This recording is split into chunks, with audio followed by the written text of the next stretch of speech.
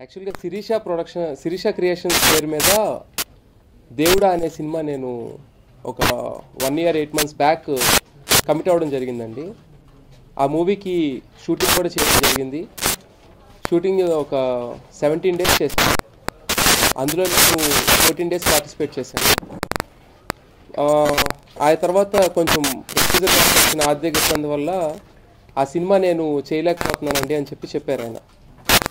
చెప్తే సరే కదా ఆ రోజుతో ఆ డిస్కషన్ అంతా క్లోజ్ అయిపోయింది. నేను చెప్పాను, నాకు ఎప్పుడు ఒక మంచి హిట్ వచ్చినప్పుడు ఇమీడియట్గా మీ బ్యానర్ మీదే మళ్ళీ ఇదే సినిమా ఇదే కథతో ఇదే డైరెక్టర్ చేద్దామండి, అప్పటి వరకు మీరేం కంగారు పడద్దండి అని మా ఇద్దరి మధ్యన ఒక చిన్న అండర్స్టాండింగ్ జరిగిన తర్వాత అది ఈ 1 year 8 months తర్వాత సడన్గా నిన్న ఈవినింగ్ నాకు ఒక కాల్ వచ్చింది, రేపు మీ మూవీ ఇది ఆడియో ఫంక్షన్ కదండి అని.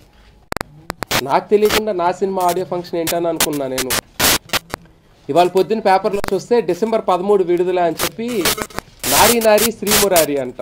అంటే అందులో అంటే లైక్ నా పేరు నా ఇది కొంచెం హైలైట్ చేసుకుంటా అది చేయడం జరిగింది.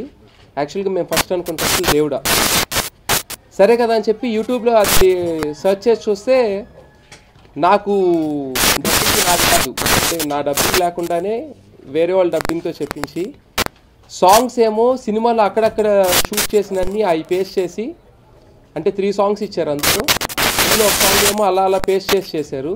ఇంకో 2 songs ఏమో వేరే వాళ్ళ మీద చిత్రీకరించి ఆ సినిమా ఫస్ట్ కాపీ వరకు తీసుకొని వెళ్ళిపోయి దాన్ని రిలీజ్కి రెడీ చేశారు.